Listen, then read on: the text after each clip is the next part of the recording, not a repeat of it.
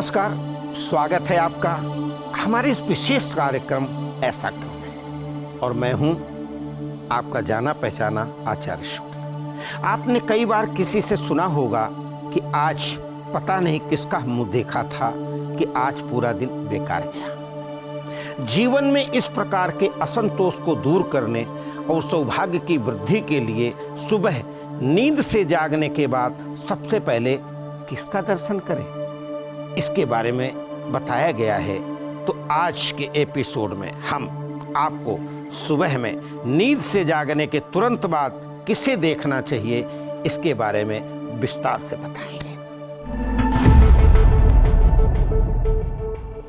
हमारे धर्म ग्रंथों में कहा गया है कि सुबह नींद से जागने के बाद सबसे पहले अपने इष्ट को याद करें और फिर अपनी हथेलियों को देखते हुए ये मंत्र बोलें। कराग्रे बस्ते लक्ष्मी, कर मध्य सरस्वती, कर मूले तु गोविंद, प्रभाते कर दर्शन।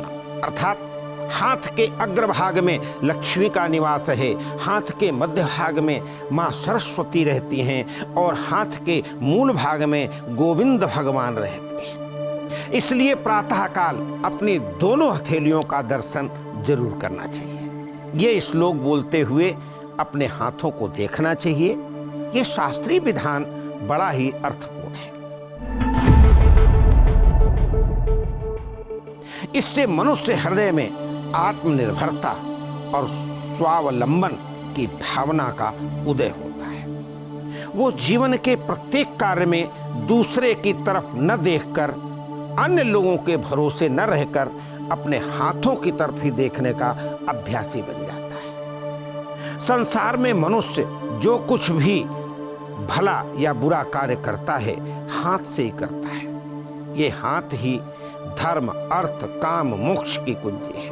मानव जीवन की सफलता के लिए संसार में 3 वस्तुओं की आवश्यकता है: धन, ज्ञान और ईश्वर। इनमें से एक के बिना भी जीवन अधूरा है।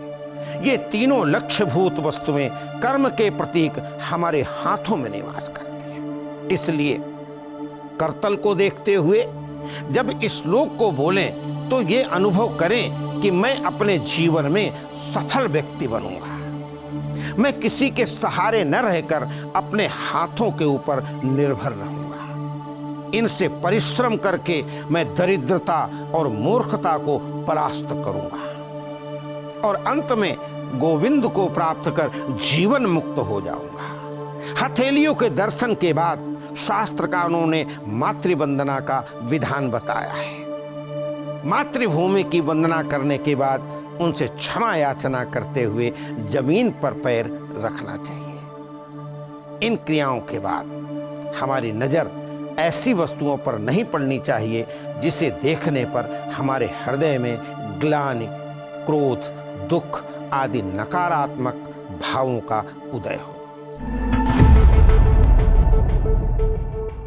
तो अब सवाल उठता है कि हमें प्रातः काल में किसका दर्शन करना चाहिए, किनको देखना चाहिए। इसके लिए छांदोग्य परिशिष्ट में वर्णन किया गया है कि जो पुरुष प्रातः काल उठकर वेद का अध्ययन करने वाले विद्वान पुरुष, सौभाग्यवती स्त्री, गौ, अग्नि तथा यज्ञ का दर्शन करता है, वो आपत्तियों से मुक्त हो जाता है। ऐसे ही हमारे धर्म से जुड़े कई अन्य सवाल, कई अन्य रहस्य, जिसका जवाब हम आपको बताएंगे अपने इस विशेष कार्यक्रम ऐसा क्यों में। अभी के लिए मुझे दीजिए अनुमति।